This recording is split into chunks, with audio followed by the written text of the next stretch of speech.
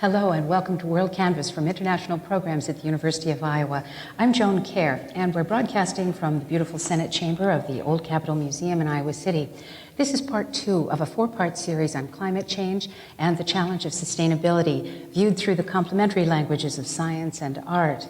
In the first part of this series, we introduced you to the Crossroads Project and a unique and evocative endeavor that merges art and science in a reflection on the beauty, intricacy, and fragility of our planet.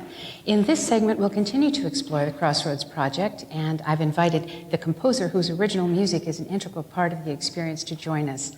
Our focus will be on the unique but complementary languages, as I've already mentioned, of science and art. If you didn't get that in the first segment, you'll certainly get it in this one. So next to me here is composer Laura Kaminsky, and next to her is Beth Oakes from our own university, who's the head of the University of Iowa String Quartet Residency program. And at the far end, our guest is a member of the Fry Street Quartet, Robert Waters, violinist. Very nice to have you here. It's great to be here. Thank you. Yeah, thank you. I think that I will turn to you, Laura, first. I want to talk to you, of course, about the music that you've written and about your musical career, composition in general. But this project, this kind of comprehensive project related to climate change, sustainability, all these kinds of things, how did it come to you? How did you find yourself involved in this? Well, I think I have to give some credit to my friend here, Beth Oakes, who actually connected me with the Fry Street Quartet, who I had not known. But Beth and I had met in New York at a conference, and we began a conversation about artist activism and commitment to extra musical, extra artistic concerns. And she tucked that away in her mind, and she's friends with the quartet. And I think when they began talking about developing this project and had the realization that it needed its own music specific for the project, they reached out to people they respected and trusted and asked Beth, "Did you have somebody in mind?" And she suggested me, and I'm thrilled, so thank you. So it was really good fortune all around. Oh my gosh. Well, so Beth, and the question comes back to you. How did you see Laura as fitting particularly well into this project? Well, and I have to say that it was actually a number of us that sort of got the information along to them, but you know, I served on a panel with Laura at Chamber Music America, and Laura, I was blown away by her. Just the way she approaches her art, and art as activism, art as a reflection of the world. She is one of the most articulate and thoughtful people I've ever met. And so her name, this certainly came up many times in the Maya Quartet rehearsals as somebody who I really, really admired. And so I was thrilled when Becky mentioned that Laura was going to be part of this project, to have this opportunity to work with her and this guys. So, yeah. And so just maybe this is kind of a technical question, but was there a point during the composition of these various pieces where you and the quartet all sat together to kind of work some things out? Indeed. Well, the project began long distance, where the quartet is in Utah and Laura lives in New York, and so there was some conversations just about the basic structure of how the performance was going to unfold, and the specific themes within that. There were 4 segments to the piece that Laura wrote, around water, around life, around food, and then around human society. And that was pretty much all you had to go on, other than the notion that we also wanted music that would function both as a part of this bigger structure of the Crossroads Project performance, and also as a concert piece on its own, which is rather unusual set of instructions for a commission. And so then Laura went about her work and finished a draft, and we met perhaps 6 to 8 weeks before the premiere. We gathered in Connecticut to workshop the piece, and it was just an absolutely fantastic experience, I think, all around. Just the give and take and the search for really exactly what we were trying to express, whether it was a given articulation on one note, or how something related to another point later in the piece. That it was just always a wonderful sense of growth and birth for the project. Yeah, and so when you conceive of the piece, you finished it now. If we look at the finished piece, how do you feel it works as a standalone concert piece, as compared to the way it fits into this Crossroads performance? Well, I have to say, it's interesting to hear it in both contexts, and I think it actually does function as a concert piece. And that was a challenge that I gave to myself, which is there are certain expectations about string quartet writing and multi-movement string quartet works, and I wanted to respect and honor those in creating this piece, and at the same time wanting to honor Rob's concept for the overarching structure of the Crossroads Project. So I had to find a way into that, and it actually was perfect that he decided to do the food movement, the forage movement, as the third movement, because the minute he talked to me about his concept of, all of the ways in which food is gathered and how people need food, and I had this image of scurrying about, the squirrels running and getting their nuts and fish, So it was, to me, that had to be the fast movement, so it was perfect that it was the third segment of the piece. But I think what I do want to get back to is something that Robert just touched on, which is that first meeting it's always very scary because, I sort of think I'm done with my work, but of course I know I'm really not. And what was so fantastic about gathering with the quartet, and also Rob was there, and the painter, Rebecca Allen, came, and you spent most of the day reading through the music and rehearsing it, and I don't remember how many changes were made, but like when things just didn't quite work and it didn't feel natural, we got into those really little details that seem so small, but it's kind of like if you're writing a sentence, do you want a period or a semicolon? How do you connect it? It's the same thing in music, it's a language. And we really sort of walked our way or, played our way through the piece. And the collaboration, the discourse about all of that was fabulous. And Rob and Rebecca McFall's family, whose house we were using for this session, would kind of poke their heads in and be part of the dialogue. And I felt like it really was this whole universe which was giving birth to the quartet. It was really spectacular. Yeah, so I know we're going to be hearing a segment. Is it this Forage segment that you're going to be playing? Indeed. Oh, wonderful. I wonder if we should just go to that now that we've spoken about it for a moment. Perfect. So as the quartet gets ready, is there anything more you'd like to say? You described the scurrying squirrels and whatnot. Anything else we should know about this movement before they begin it? Well, it's the fastest and shortest movement of the piece. And I don't think there's anything much more that the audience needs to know musically about it. I think that one of the things that was really interesting as they're getting set up was as Rob was changing his soliloquies, I call them soliloquies, then the issue of what are the images that get projected, because there was a progression throughout the piece of factual scientific evidence, often with charts and graphs, leading to photographs, leading to abstract painting, leading to music. And I always feel that was such a thoughtful way to construct the whole piece, that it goes from the most precise to the most abstract, but it's all on a continuum each time. Mm-hmm, mm-hmm. Great. So this movement is called? Forage. Forage, and it's from the larger work, Rising Tide by Laura Kaminsky.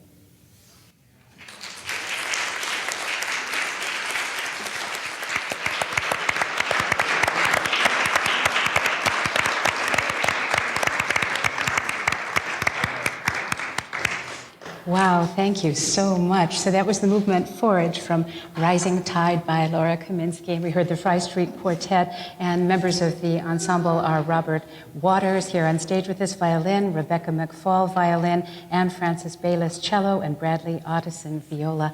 Please, let's give them another hand. This was just wonderful.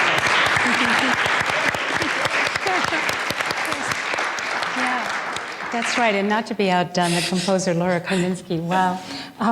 So much to say here, but one thing that occurs to me as I see you all playing. Now, I know that, Laura, when you came into the piece, you knew that you would be working with a quartet. But doesn't it seem that a quartet is kind of exactly the right metaphor for the sort of interlinked thing this whole Crossroads Project is? Yeah, I mean, it's funny that that's what you brought up, because if I was going to say anything more, that's probably what I would want to talk about, which is that, first of all, I mean, you can't surpass a string quartet as the perfect ensemble. The sound, the history, everything about string quartet is just so compelling for me as a composer.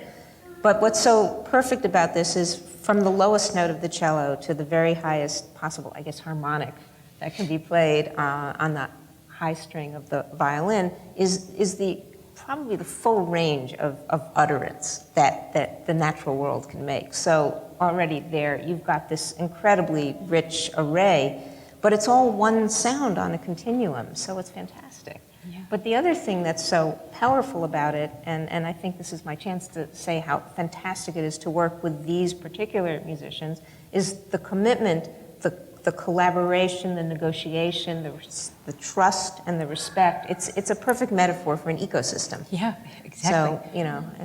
Yeah. So what do you have to say to that, Bob? Well, truer words were never spoken. It's as an ecosystem where interdependence and trust are paramount.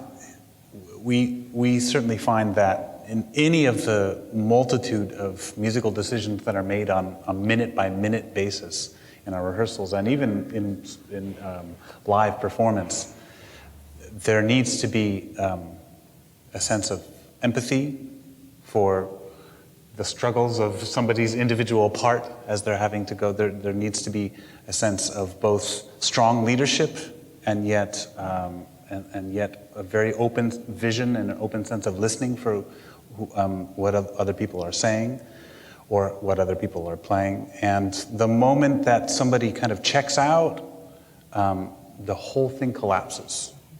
And so if somebody isn't kind of living up to their presence and their commitment to the group, it kind of doesn't matter if the rest of the other threes are redoubling their efforts. It just doesn't work at all. And it's instantly apparent, not only to the quartet, but to everyone available. And this used to actually be a pretty, a very integral and outspoken component of the Crossroads Project. This project has had many different iterations. And one of the things that's been a challenge for us is to decide what is most important to say and what is most important to communicate, and what things we need to leave for another day. Mm-hmm. And so this is in the interim then, since it was first conceived, become more of a subtext and less of something that's truly out in front. But it's definitely there for us on a daily basis, the sense of the quartet as an ecosystem that needs balance, that needs complete commitment from everyone at all times. Mm-hmm. Well, and Beth, I'm so grateful that you brought the quartet and Laura here and Rob for all of these very intimate presentations, because for me anyway, as a listener and as an audience member, watching the eyes dart back and forth between the players is just, incredibly interesting. You know that there's communication going on there, and everyone is anticipating that next moment from the other player. If, as you say, it didn't happen as it was supposed to, it would be a big problem. So it's so exciting to see it, to see you all play here with us. It's just wonderful. So what are the other works that you're sort of most involved in your life? Either things you've already completed or work that you're progressing I on have now? to say that this first collaboration with the Fry Street Quartet has just been so incredibly rewarding and exciting for me. And it's this issue of trust. I mean, you get so vulnerable in doing this kind of work that even though we haven't spent huge amounts of time together and we haven't shared hundreds of experiences, I feel very intimately connected to these 4 artists. And so I'm actually now writing another piece that they will be featured in. It's a chamber opera that is for 2 singers and string quartet and film. And it's a very intimate piece, actually, because this quartet is, very tightly knit. The 2 singers are married in real life, and in the course of the opera, they're playing one character. It's the story of a transgender person's journey to self-actualization. And so this married couple, Sasha Cook and Kelly Markgraf, are playing the one character on this journey, and with the string quartet, with the Fry Quartet, and an interactive film. And I'm writing it furiously in between every single wonderful engagement I've had with the community here in Iowa. I'm back in my room working on another scene, because we're going to start workshopping it this summer, and it's going to premiere at Brooklyn Academy of Music at BAM in September. Wow. So I'm excited to have another opportunity to work with the quartet. Yeah, absolutely, that sounds wonderful. Well, Beth, so you have been sharing all of these good folks with various departments around campus, with your own students who are, performers. Right. What happens in the master classes that you've put together? Well, it's an amazing experience, actually. I always tell people I have the best job in the world, because I get to follow these quartets around for the entire week. I get to see everything. I have the best seat in the house. And what is so remarkable is that how talented these people are, that they go in and they can give a lesson and give feedback on how to get a better spiccato, get the bow to bounce better. They can work with a string quartet on Ravel and get their pizzicato, or plucking of the string, 15 different colors as opposed to 1. They can sit and talk to some of the students that I'll be taking out throughout Iowa on Messiaen's Quartet for the End of Time, and give them really insightful thoughts about really connected to Messiaen through their own experiences with different faculty in their own training, and then also work with our students on developing educational programs for kids, and then go in and at a seminar on human rights and have a really thoughtful, provoking conversation about environmentalism and art as activism, and then sit down and play. It's really, it's truly the Renaissance person in my mind. And so it's just been a real, I think also for me, as somebody who sees art as an incredibly powerful medium, it's something that is important to me to communicate to our students. Art can be a very lonely thing, especially when you're a musician or a composer. You spend a lot of time on your own practicing your craft, and to figure out how art relates to our society, and also the power it can have to transform.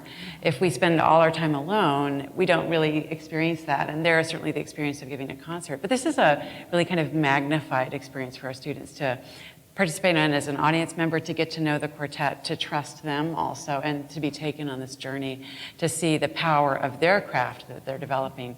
It's remarkable. We're incredibly fortunate in this community to have this program here to give us access to this kind of thing. Yeah.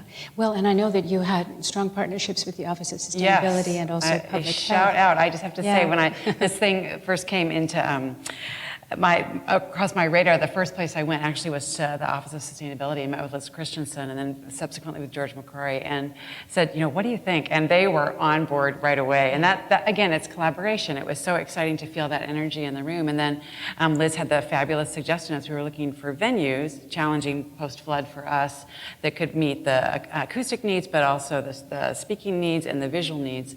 We then worked with the College of Public Health, which has this fabulous LEEDs Platinum building, which reinforces the message that this group is wanting to communicate. So we had incredible partners in this whole experience. Well, as we begin to wrap up, during the complete performance that you gave on Tuesday, you began with Haydn, you ended with Janacek, and Laura's wonderful music was in the middle. That's very interesting to me. I should have asked Rob when he was up here, but perhaps all of you, any of you, can tell me how it happened that the Haydn kicked us off and the Janacek finished it out. Well, the Haydn for a string quartet is really, it represents the birth of the string quartet and the father of the string quartet, and all the great masters who came after him, Mozart, Beethoven, Brahms, Bartók, you name it, they all paid very consciously great homage to Haydn.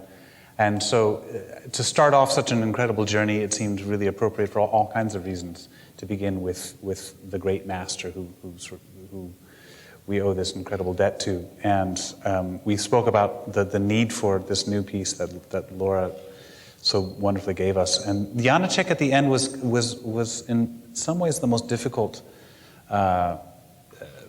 piece to choose, because there were a number of both emotional and practical considerations to make. On the one hand, it couldn't be terribly long because we didn't want the overall performance to be long, and we certainly didn't want the very end to be just some epic, huge thing to make people sit through.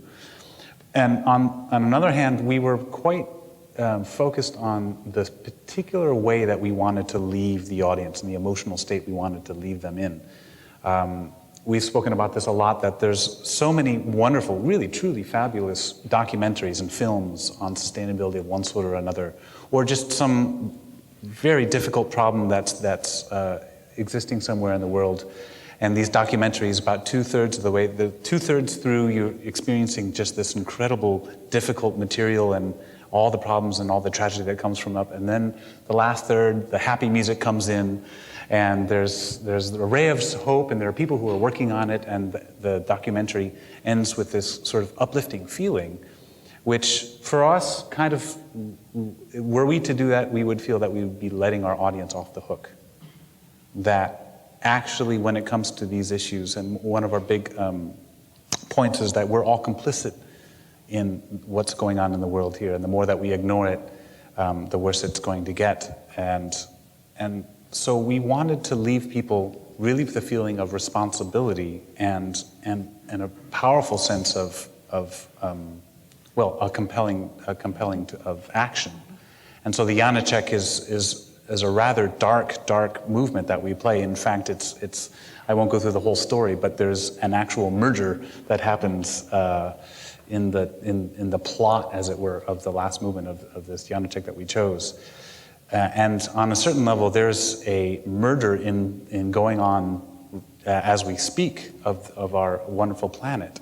And it's happening somewhat more in slow motion than perhaps it does in the novella, the Kreutzer Sonata. But it seems very appropriate, actually, to send people off with a real emotional right hook. Mm-hmm. Mm-hmm. Yeah. Yeah, well, and you did, and such a pleasure to have you all here. I wish I could talk much, much longer. Robert Waters, so nice to meet you and have you here. Beth Oakes and Laura Kaminsky, thank you so much, all of you, for sharing your work with us, and best of luck. So that is the end of the second segment of this 4-part series on climate change and sustainability and the health of our planet. I hope you can join us for the next segment. WorldCanvass programming is available on YouTube, on iTunes, UITV, and the International Programs website, and that's international.uiowa.edu. I'm Joan Kerr. Thanks for being with us, and we'll see you next time.